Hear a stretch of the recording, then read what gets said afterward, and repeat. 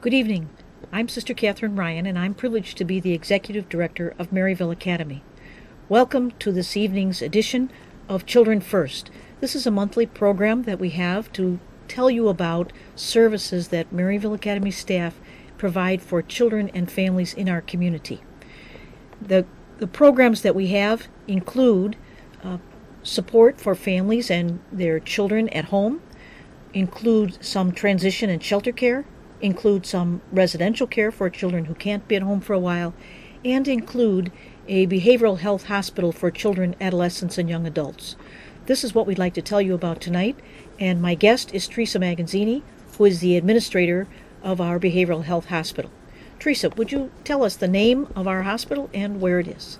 The hospital is called the Maryville Scott Nolan Center, and it is located in Des Plaines, Illinois, on Rand Road, right near the Des Plaines River. And that's at 555 Wilson? Wilson Lane in Des Plaines, yes. And Terry, how long have you been at Scott Nolan Center Hospital? I've been there approximately 3 years now. Would you tell us about the children who come to Scott Nolan Center Hospital? We have a large variety of children who come to us who are in need. These are children who may or may not be wards of the state, but what they all have in common is that they are children who are experiencing some type of a crisis which prevents them from being able to function in their homes, in their communities, and in their schools. They come to us because they need the assistance of our interventions, our medical care, and in fact, some of the therapeutic interventions that we can have for children. Now, Teresa and I are not clinicians, and we want to say that right now.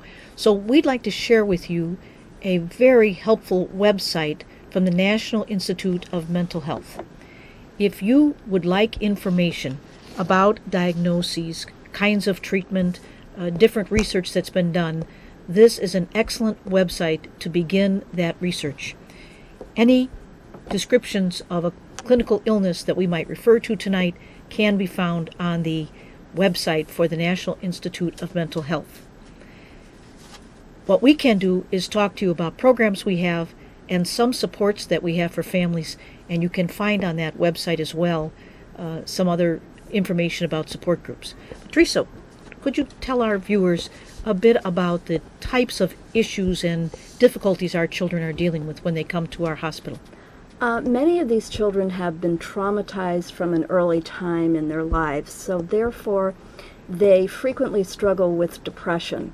And depression is pretty much the way it sounds. I mean, these are kids who just, it's more than just feeling down in the dumps. They are clinically unable to function. It affects their ability to eat, to sleep, and to interact with other children or other people in their homes and in their communities. Our children also may have conditions like bipolar disorder. When I was a kid, bipolar disorder was referred to as being manic depressive. At one point you're very, very happy, and at one point you're very, very sad, and you're not functioning in the middle or in a more normal, relaxed environment. So we have children who have this bipolar disorder as well. We have children who have personality disorders, children who suffer from post-traumatic stress syndrome, any number of issues that can affect our children from as young as 3 and as old as 20 to 21. Now, Teresa, our parents and grandparents and family members are hearing about these difficult conditions that our children struggle with. Let's give some hope. What can we do through our Maryville Scott Nolan Center to help the children and their families with these conditions? There are a number of things that we can do to help. We have a staff of very talented psychiatrists who are certified to work with children by the appropriate medical agencies, and they are very sympathetic to the needs of the children. They are very advocating on behalf of the children, and they have a great deal of ability to work with medications that can help these children to function better. Medications that will bring them more on an even keel, so that a child that is depressed may be able to address his or her issues in a better manner because of the fact that the medication has helped them to stabilize. And that's the first thing we do, is we try to get children stabilized so that they can look at their issues and work with their families to address the issues in a more calm and thoughtful manner. Now, what's the role of a family, the parents, the grandparents, the uncles and aunts, the brothers and sisters in this treatment process? Actually, they have a very important position in this group. These children who are with us at Maryville may be there for 7 days, 10 days, until they are stabilized. The fact is that they are going to go back to their homes and their communities, and we need to bring the families together so that they understand what their children's issues are and help them to deal with them when they are no longer in this protected environment. Now, Teresa, I'm going to pose what sometimes we talk about as a layperson's approach to this. If I have a medical condition, let's say diabetes, I may learn that I'm never going to be without the diabetes, but I learn how to manage it so that I can have a healthy and productive life. Is that a fair analogy that from the perspective of what you've seen for our children at the hospital?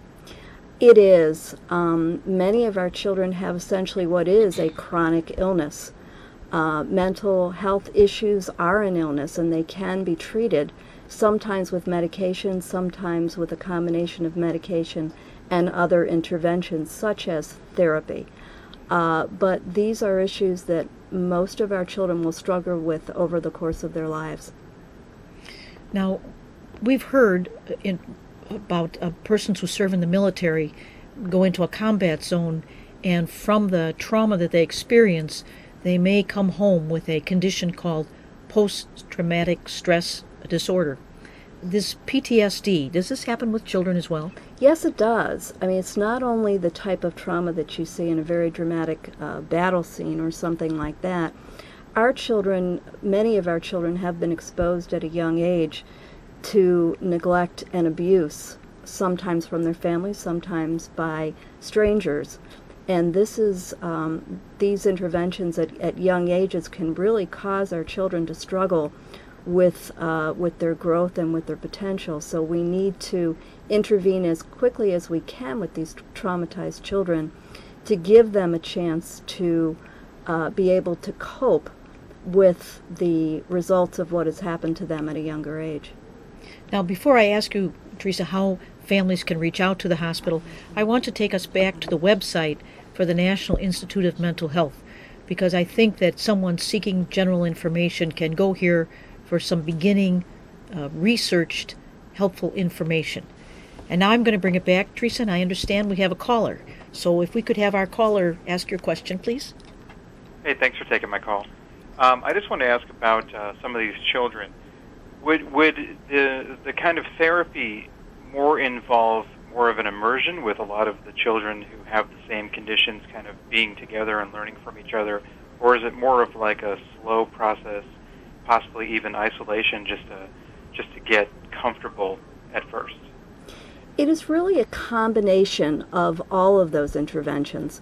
Many of our children are able to learn from other children and are able to work with other children to kind of work through their issues. And that's an important thing for these children because they need to be able to express themselves, and through that expression, sometimes they are better able to understand what their issues are. And what I've also learned from being where I am is that sometimes our children in a group setting will be very upfront with their peers and will confront their peers in a way that their peers understand. Because when a child has similar issues and calls out another child, it really does make an impression who are in the group. But we also need to give children the opportunity to have individual therapy and to have a more intensive personal experience as well when it's good for them. A lot of this is dictated by the needs of the child. Now, Teresa, you actually, in response to our caller, have begun to address an issue about where the children are in the hospital. Would you tell us about the 4 units that you have? Yes, we do have 4 units. Our youngest children from ages about 3 to 11 have a unit that is devoted to them and is staffed with nurses and psychiatric technicians who specialize in working with little ones. Then we have an adolescent boys unit, boys from the age of about 12 to 18, and an adolescent girls unit, same age group for girls. And we also have a young adult unit, and that is a unit for 18 to 21.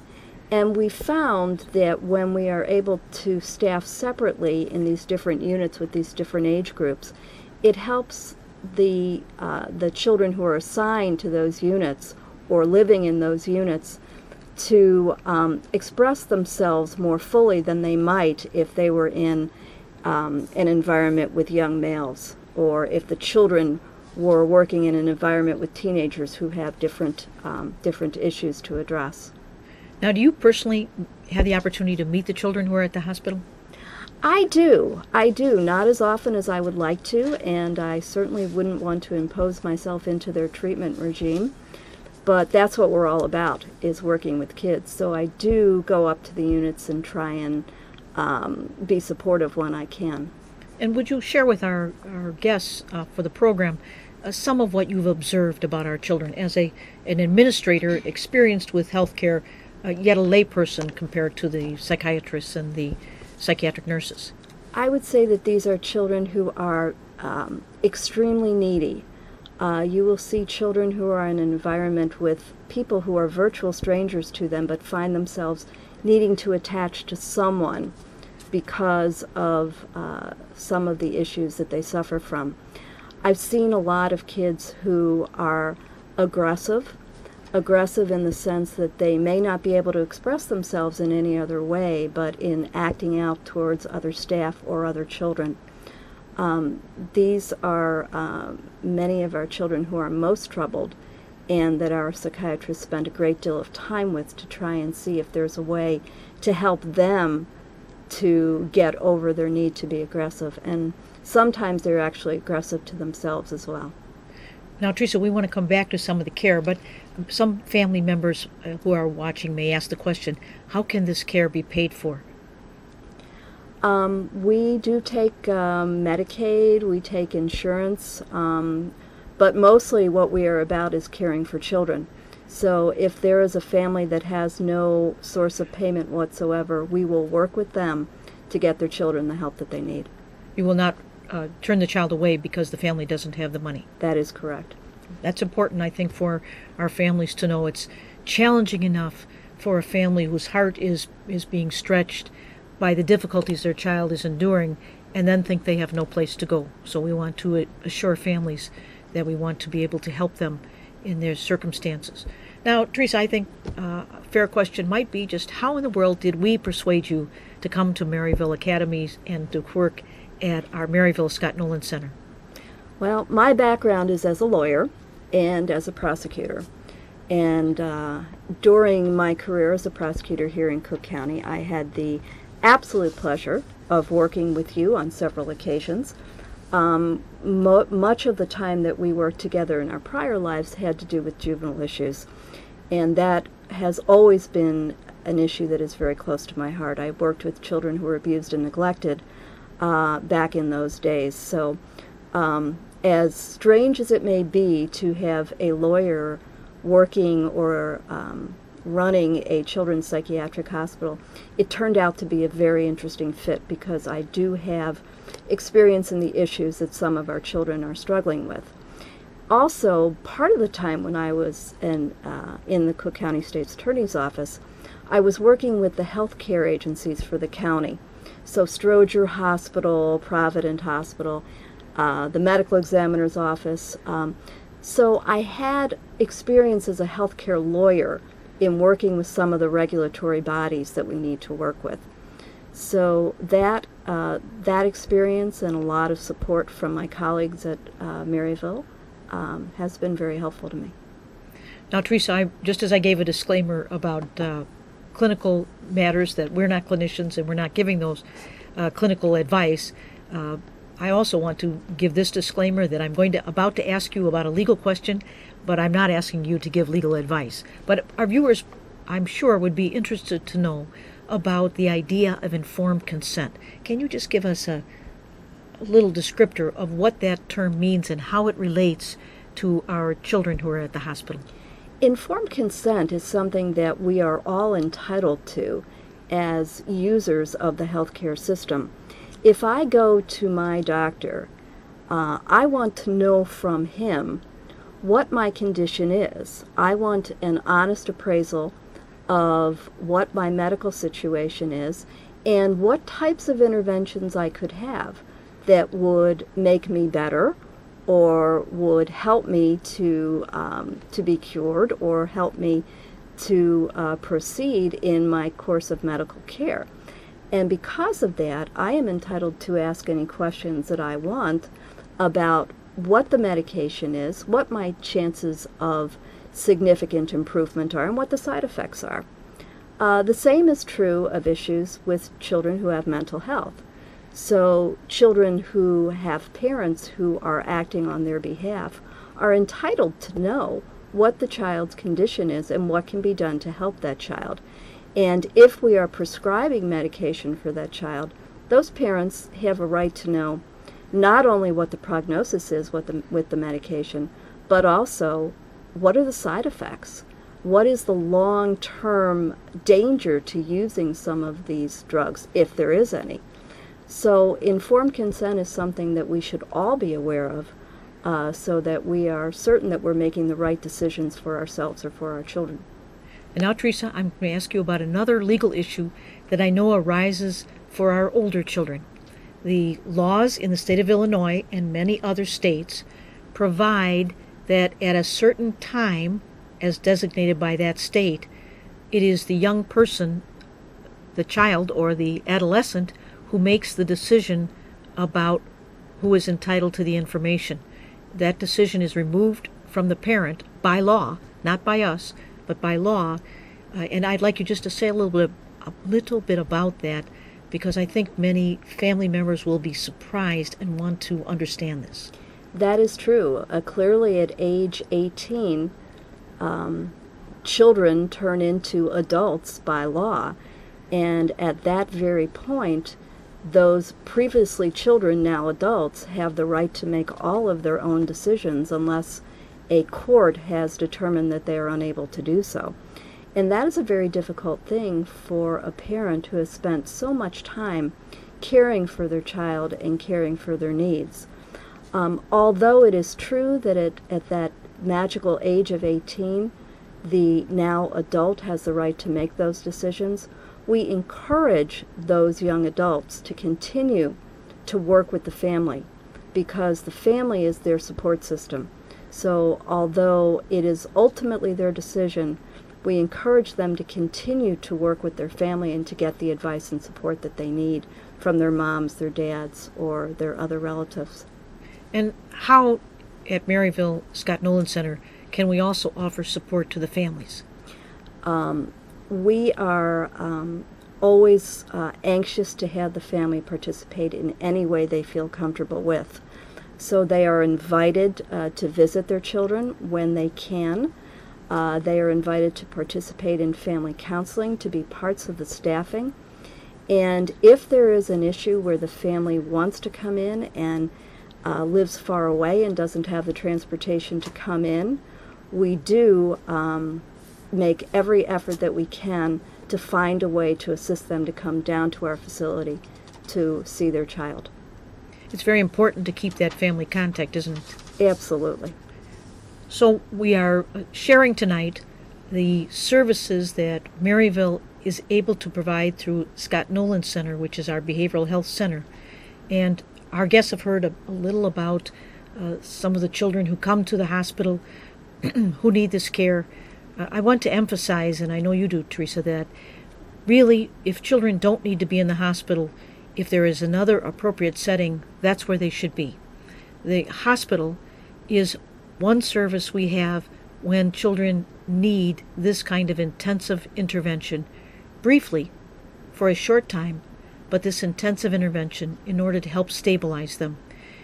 What would you say to a parent, Teresa, who calls you and says, I just don't know what else to do. My child seems not to listen to what I say. Perhaps my child is even aggressive, causing some damage to our property. Or, on the other hand, my child is very depressed and we cannot get him or her out of that mood. What would you say in terms of reaching out for help? I would say that it is critical that they do reach out for help. There are local mental health and community clinics which are very skilled at offering services to families. If those trained professionals believe that hospitalization is necessary, they can help a parent to take the necessary steps to bring their child into a hospitalization facility. And certainly if a parent has questions or concerns that we could answer for them, we would be glad to try and give any information that we could for referrals or for resources for their children. Now, Teresa, can you give a general number to our viewers for the hospital? Yes, we can be reached at 847-768-5430. So at the end of this program, I'm going to place the general Maryville information number to be available, but we also want to mention this hospital number one more time, please. 847-768-5430. So anyone who needs some help in arranging for hospitalization of their child can call that number and talk with one of the staff at the Maryville Scott Nolan Center. Correct. We have a very skilled intake department that can walk you through many of the hurdles that you might find in getting treatment for your son or your daughter. And Teresa, before we close, have you one last message for our guests? I think my message would be that we need to make sure that we listen to our children. We need to make sure that when they are saying that they are depressed, or if you are seeing changes in their behavior, that we take that very seriously, because the consequences are so serious for these children. And I would like to add, we from Maryville Academy, we're about helping our children, especially our children who are in difficult circumstances and their families. As you can see from our mission statement, which is the ending of our mission statement, which is behind us, Maryville Academy is about rebuilding lives, rekindling spirits, renewing hope for children who are suffering from a mental illness that has become very severe or intense. Please know that we would be happy to help. And I'm going to give you the general Maryville number as we end this program this evening. If you call this number, we will put you in touch with the staff at Maryville if there are some at our hospital or other site that can be of assistance to the family. We thank you for being with us this evening. Again, we want you to know that you are not alone. If your family is having difficulties, your children are having difficulties, we're here to help, because our families are at the center of our society, and we want to help our children and families be able to be together safely. Thank you very much.